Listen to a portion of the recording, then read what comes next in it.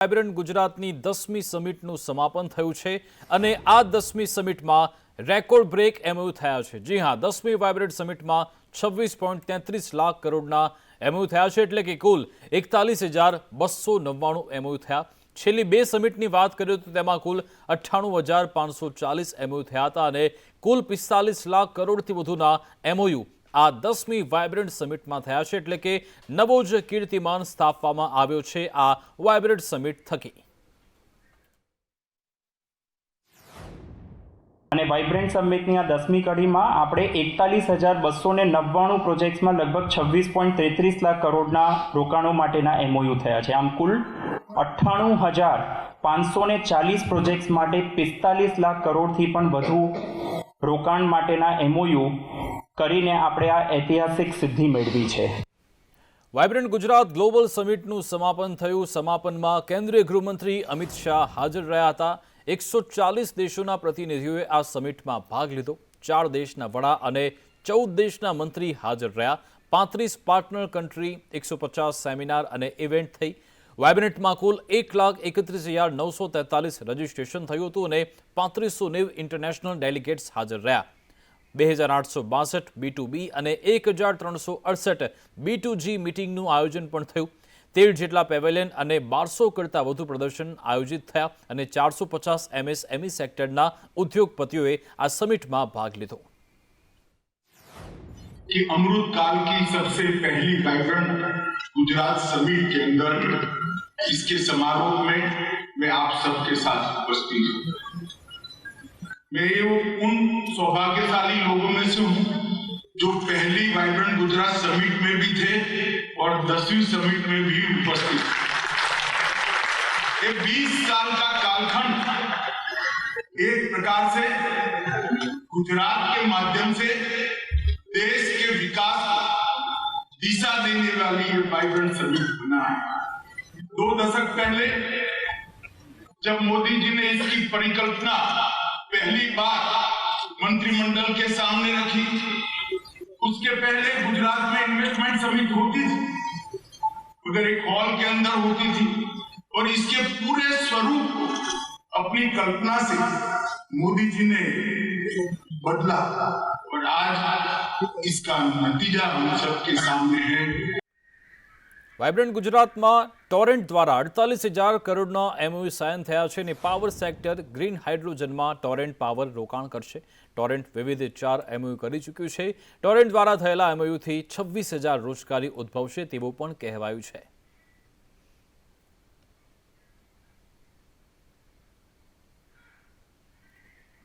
ગાંધીનગરમાં સીએમ ભૂપેન્દ્ર પટેલે આજે મિશન ગ્રીન હાઇડ્રોજન લોન્ચ કર્યું। ઝીરો એમિશન તરફ આગળ વધવા ગુજરાત સરકારે આ નવી પહેલ કરી છે। ગ્રીન એનર્જી માટે વાયબ્રન્ટ ગુજરાતમાં અનેક પ્રોજેક્ટ આકર્ષણનું કેન્દ્ર છે। ઓફશોર વિન્ડ પ્રોજેક્ટ ગુજરાત માટે મહત્વનો। ગુજરાતમાં પહેલીવાર દરિયામાંથી વીજળી ઉત્પન્ન કરાશે। આ પ્રોજેક્ટથી ગુજરાતમાં રિન્યુએબલ એનર્જીનો વપરાશ વધશે। આ એનર્જીથી વીજળી સસ્તી થશે। અમદાવાદમાં વીજળી મળે જીપીસીએલનો ઓફશોર વિન્ડ પ્રોજેક્ટ। આપણે જે ઓફશોર વિન્ડ કરવા જઈ રહ્યા છીએ, જેમાં જે નેશનલ લેવલ પર 2 સ્ટેટને નક્કી કર્યા છે, એક તામિલનાડુને અને બીજું ગુજરાતને। ગુજરાતની અંદર પણ આપણે જે પીપાવાવ છે ત્યાંથી લગભગ 20 કિલોમીટર અંદર દરિયામાં આપણે ઓફશોર વિન્ડ કરવા જઈ રહ્યા છીએ। ત્યાં શું છે કે પવનની વિન્ડની velocity as compare to others ઘણી સારી હોય છે, જેથી આપણને એનું જનરેશન પણ સારું મળે અને કોન્સ્ટન્ટ તમને જનરેશન મળે। રાજ્યના મુખ્યમંત્રી ભૂપેન્દ્ર પટેલે વાયબ્રન્ટ ગુજરાતમાં આજે મિશન ગ્રીન હાઇડ્રોજન લોન્ચ કર્યું છે, જેના અંતર્ગત આગામી દિવસોમાં ગુજરાતમાં રિન્યુએબલ એનર્જીનું ઉત્પાદન વધારવામાં આવશે। જેના ભાગરૂપે જીપીસીએલ કે જે સરકારી સંસ્થા છે તેમના દ્વારા એક પ્રોજેક્ટ રજૂ કરવામાં આવ્યો છે। જે પ્રોજેક્ટ અંતર્ગત ઓફશોર પાવર જનરેટર બનાવવામાં આવી રહ્યું છે। આગામી દિવસોમાં આજે ઓફશોર પાવર જનરેટર છે તે પીપાવાવથી આગળ દરિયામાં બનાવવામાં આવશે, જેની અંદર 32 થી 36 ગીગાવોટની કેપેસિટી પ્રમાણે પાવરનું ઉત્પાદન થશે। અને જો વાત કરવામાં આવે જે પાવર વધશે તે પાવરનું હાઇડ્રોજન પ્લાન્ટમાં પણ ટ્રાન્સફર કરીને હાઇડ્રોજનનું ઉત્પાદન કરી શકાશે। આ પ્રોજેક્ટ શરૂ થશે ત્યારે વીજળી છે તે ખૂબ જ સસ્તી થશે અને ગુજરાત છે ગ્રીન એનર્જી તરફ આગળ વધશે। કેમેરા પર્સન નિલેશ પટેલ સાથે પ્રતિક જાદવ, સંદેશ ન્યૂઝ, ગાંધીનગર। ઉત્તરાયણ મુદ્દે રાજકોટમાં નિવાસી અધિક કલેક્ટરે નિવેદન આપ્યું. ઉત્તરાયણને લઈ કરુણા અભિયાન શરૂ થયું છે. સતત 8મા વર્ષમાં કરુણા અભિયાનની શરૂઆત થઈ છે. 30 ડોક્ટર્સની ટીમ સાથે 30 કંટ્રોલ રૂમ પણ શરૂ કરાશે. ઘાયલ પક્ષીઓ માટે તંત્રએ હેલ્પલાઇન નંબર જાહેર કર્યો છે. ઘાયલ પક્ષીઓ માટે કુલ 21 એમ્બ્યુલન્સ સ્ટેન્ડ 2 રહેશે. કરુણા અભિયાન અંતર્ગત આપણે રાજકોટ જિલ્લામાં હાલના તબક્કે જે કામગીરી આજથી લોન્ચ થઈ રહી છે એમાં 1962ની 22 એમ્બ્યુલન્સ જિલ્લા આખામાં, જેમાં શહેરમાં 11 અને અન્ય 11 રહેશે. 21 કંટ્રોલ રૂમ છે સિટીમાં. એ સિવાય જિલ્લા કક્ષાએ પણ આપણે 10 અલગ અલગ કંટ્રોલ રૂમ ખોલેલા છે. ડૉક્ટર્સની ટીમ અલગ અલગ રહેશે, એ સ્ટેટિક રહેશે. 30 ડૉક્ટરોની ટીમ છે જે અમરેલીમાં લાલવદર ખાતે 3 લાશ મળી આવતા અરેરાટી વ્યાપી. લાલવદર વાડીમાં પરપ્રાંતીય શ્રમિકની કૂવામાંથી લાશ મળી. ગત રાત્રે પરપ્રાંતીય શ્રમિકોના આંતરિક ઝઘડામાં કૂવામાં ખાબકી મોતને ભેટ્યા. સવારે વાડી માલિક આવતા ઘટનાની જાણ થઈ. વાડી માલિકે પોલીસને જાણ કરતા ફાયર વિભાગને અમરેલી સાંસદ સહિત ઘટના સ્થળે પહોંચ્યા હતા અને કૂવામાંથી મૃતદેહને બહાર કાઢવાની કામગીરી હાથ ધરી. પોલીસે આ સમગ્ર ઘટનાની ઝીણવટભરી તપાસ હાથ ધરી છે.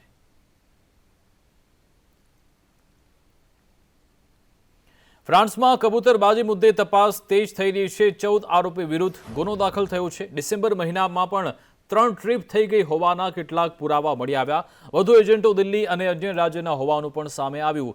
આ સીઆઈડી કહ્યું છે કે એજન્ટો રૂપિયાનું રિસ્ક છે. એજન્ટો 60 થી 80 લાખ રૂપિયા નક્કી કરે છે. વિમાનમાં 200 કરતાં પણ વધુ પંજાબી લોકો હતા. દિલ્હીના એજન્ટો પંજાબી માટે ફ્લાઇટ પણ બુક કરી આપે છે. હ્યુમન ટ્રાફિકિંગ વિરુદ્ધ ગુના નોંધવામાં આવેલ છે. એમાં હાલ સુધી 14 આઈડેન્ટિફાઈડ અક્યુઝ વિરુદ્ધ ગુના દાખલ કરવામાં આવેલ છે. એ ઉલ્લેખનીય વાત છે કે આ બનાવ પહેલાં પણ ડિસેમ્બર મહિનામાં ઓછામાં ઓછા 3 ટ્રીપ દિલ્હીથી દુબઈથી નિકારાગુઆ અને ત્યાંથી મેક્સિકો और અમેરિકા ગયેલાનું हमारे पास પૂરતો પુરાવા મળેલ છે. વધુ એજન્ટો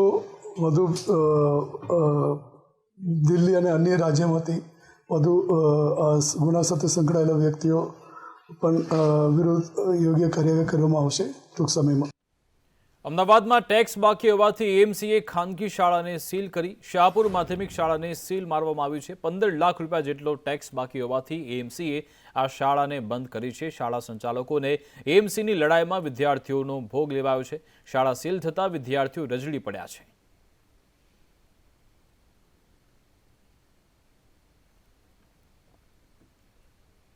સુરતવાસીઓ નીરો પીતા પહેલા ચેતી જજો, કારણ કે ફૂડ વિભાગે સેમ્પલ લીધા હતા જેમાંથી કેટલાક નમૂના ફેલ થયા છે. 21 જેટલા નમૂના લેવાયા જેમાંથી 16 ફેલ ગયા છે. અલગ અલગ જગ્યાએથી આ સેમ્પલ લેવામાં આવ્યા હતા. નૂતન ગ્રામ ઉદ્યોગ મંડળમાંથી સેમ્પલ લેવાયા. લાજપોર વિસ્તારના 8 વેચાણ કેન્દ્રના પણ નમૂના ફેલ ગયા છે.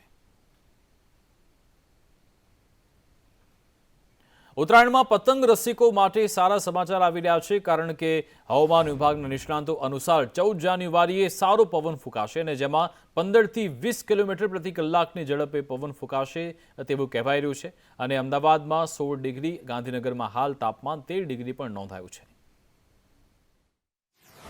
उत्तरायण में जो पवन है, मतलब उत्तरायण मतलब 14 जनवरी का, उसमें जो विंड की डायरेक्शन है वो है नॉर्थ वेस्टर्ली टू नॉर्दर्ली, और जो विंड की स्पीड रहेगी वो 15 से 20 किलोमीटर पर आवर की रहेगी.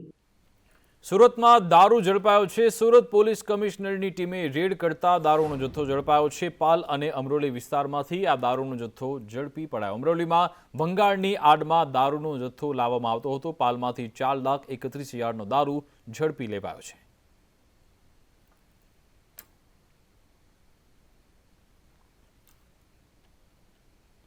કોંગ્રેસે રામ મંદિરની પ્રાણ પ્રતિષ્ઠાનું આમંત્રણ અસ્વીકાર કર્યો છે. તેવામાં ધારાસભ્ય રીવાબા જાડેજાએ આ અંગે નિવેદન આપતા કહ્યું કે રામના નામ પર રાજનીતિ ન થવી જોઈએ. બીજી બાજુ આ નિવેદનથી તેમના નણંદ નયનાબા જાડેજાએ વળતો જવાબ આપ્યો. તેમણે કહ્યું કે ભક્તિ અને સંસ્કાર અમારે તમારા પાસેથી શીખવાની જરૂર નથી. તમે છોટા કાશીમાં રહો છો તો પણ તમારામાં સંસ્કાર નથી. મંદિરની પ્રાણ પ્રતિષ્ઠા, મંદિરનું સંપૂર્ણ નિર્માણ થઈ ગયા બાદ જ થઈ શકે.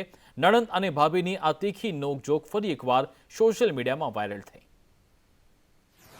ની વાત આવે ત્યારે કોઈ રાજનીતિની વાત નથી થતી, ત્યારે કોઈ વ્યક્તિ વિશેષ કે કોઈ પાર્ટી વિશેષ આ કાર્યક્રમ નથી. આ પ્રભુ શ્રી રામને અને જે કરોડો ભારતવાસીઓની જે આસ્થા પ્રેમી જનતા છે એને એમની આસ્થા એમની શ્રદ્ધાને આ વધામણા અને પ્રભુ શ્રી રામના જ્યારે અવસર હોય ત્યારે એ સૌએ સાથે મળી અને આ 500 વર્ષથી જે એક પેન્ડિંગ પ્રશ્ન હતો ત્યારે આપણા આદરણીય વડાપ્રધાન શ્રીએ ના માધ્યમ દ્વારા પ્રભુ શ્રી રામનો જ્યારે પ્રાણ પ્રતિષ્ઠા મહોત્સવ થવા જઈ રહ્યો ત્યારે રાજનીતિથી ઉપર ઉઠી અને ધર્મપ્રિયતા અને પ્રભુ શ્રી રામને આપ સૌ બધા આવકારીએ એવી જ આપ સૌને અભ્યર્થના. જય માતાજી, હું છું નૈનાબા જાડેજા.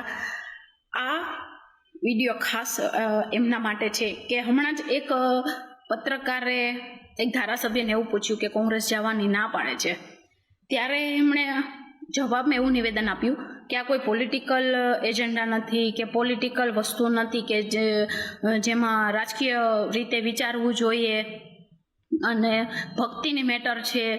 તો પહેલી વાતનો એ તમને જવાબ આપી કે ભક્તિ અને સંસ્કાર અમારે તમારી પાસેથી શીખવાની જરાય જરૂર નથી, કારણ કે મકર સંક્રાંતિના પર્વ પર પ્રધાનમંત્રી મોદી જમીનથી લઈ આકાશ સુધી છવાયેલા રહેશે. આ વર્ષે રાજકોટની પતંગ બજારમાં મોદી પતંગની ધૂમ માંગ જોવા મળી રહી છે. મોદી પતંગની સાથે અન્ય બીજી અવનવી પતંગો પણ ખાસ આકર્ષણનું કેન્દ્ર. બીજી બાજુ ફિરકીમાં ઇલેક્ટ્રિક ફિરકી ખરીદવાનું લોકો વધારે પસંદ કરે છે. આ ઇલેક્ટ્રિક ફિરકી દ્વારા પતંગને ખૂબ જ ઝડપથી ઢીલ આપી શકાય છે. રાજકોટમાં ઉત્તરાયણને લઈને સદર બજારમાં પતંગ માટે જે છે તે લોકો આવી રહ્યા છે. પતંગ રસિકો જે છે તે અત્યારથી જ ખરીદીઓ જે છે તે શરૂ કરી દેવામાં આવી છે. અવનવી પતંગો જે છે તેની માંગ વધી છે. અવનવી મોદી સહિતની જે ડિઝાઇનો જે છે, યોગી મોદી, રામ મંદિર, ચંદ્રયાન, અલગ અલગ જે પતંગો જે છે તેમની માંગ જે છે તે આ વર્ષે વધી રહી છે. વેપારી છે તેમની સાથે વાત કરીશું. કેવી પતંગોની માંગ આ વખતે જોવા મળી રહી છે? આ વખતે જે વધારે પડતી છે બાળકો માટે જે છે એ કાર્ટૂનની વધારે માંગ છે. એમાં ખાસ કરીને જે છે એ નરેન્દ્રભાઈ મોદી, રામલલાની છે, રામ મંદિરનું આ વખતે વધારે પડતું છે એના હિસાબે. બાકી અવનવા કાર્ટૂનની કેટલા ટકાનો ભાવ વધારો આ વખતે પતંગની અંદર જોવા મળે? 15 થી 20% આ વખતે ભાવ વધારો છે. પણ એ કોઈ આપણે તહેવાર, ગુજરાતનો તહેવાર છે, એમાં કઈ કોઈ ફેર પડતો નથી. કેમેરા પર્સન માધવ ભટ્ટ સાથે મયુર સુરવિયા, સંદેશ ન્યૂઝ, રાજકોટ. કચ્છના ખાવડામાં રિન્યુએબલ એનર્જી પ્લાન્ટ બનવાનો છે. વિશ્વનો સૌથી મોટો એનર્જી પ્લાન્ટ અહીંયા તૈયાર થશે, જેની ક્ષમતા 30 ગીગાવોટની રહેશે. વિન્ડ, સોલાર, હાઇબ્રિડ પ્લાન્ટમાં 4 કંપનીઓ ભાગીદારી કરવાની છે. પ્રોજેક્ટ માટે કચ્છ સરહદ પર ગુજરાત સરકારે જમીન પણ ફાળવી. પ્રોજેક્ટના શરૂ થવાથી વધારે વીજળી ઉત્પન્ન કરી શકાશે.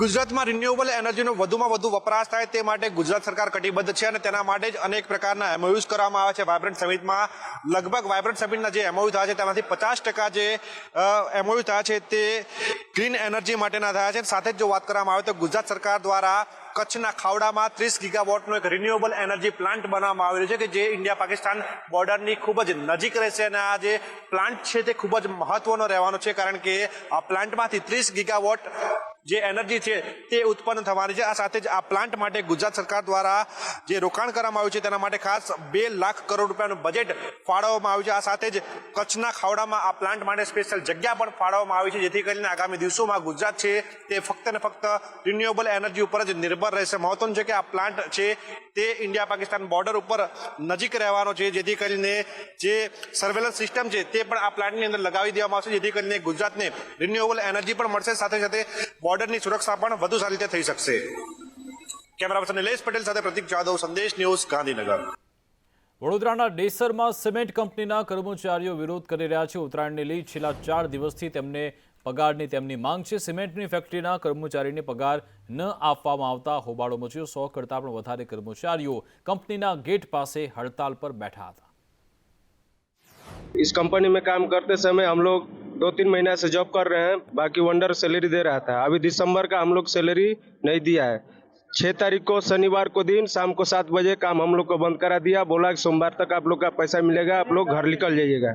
अभी तक सर हम लोग का खाने का भी पैसा नहीं दिया गया है, और गेट पर आने के बाद हम लोग कुछ भी बोलते हैं तो कोई स्टाफ सुनवाई नहीं करता है. बाबा का स्टाफ इधर एक भी नहीं है, वो अंडर हम लोग का सैलरी करता है. અરવલ્લીમાં આંગણવાડી ભરતી મુદ્દે ભારે હોબાળો થયો છે. જિલ્લા પંચાયત ભવનમાં કોંગ્રેસે હોબાળો કર્યો.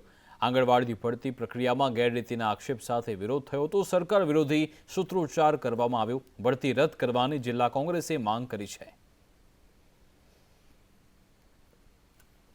રાજકોટમાં ખનીજ ચોરીના વિડીયો વાયરલ થઈ રહ્યા છે. ખુલ્લેઆમ ખનીજ ચોરી કરતા દ્રશ્યો સામે આવ્યા.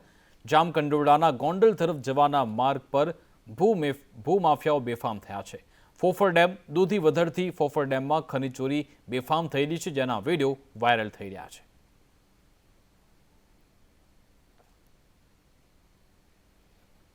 સુરતમાં એટીએમ કાપી ચોરી કરવાનો પ્રયત્ન થયો. કામરેજના નનસાળ રોડની આ ઘટના છે. ગેસ કટરથી એટીએમ કાપવાનો પ્રયત્ન થયો હતો. ગેસ કટરથી એટીએમ મશીન કાપવા જતા આગ લાગી હતી.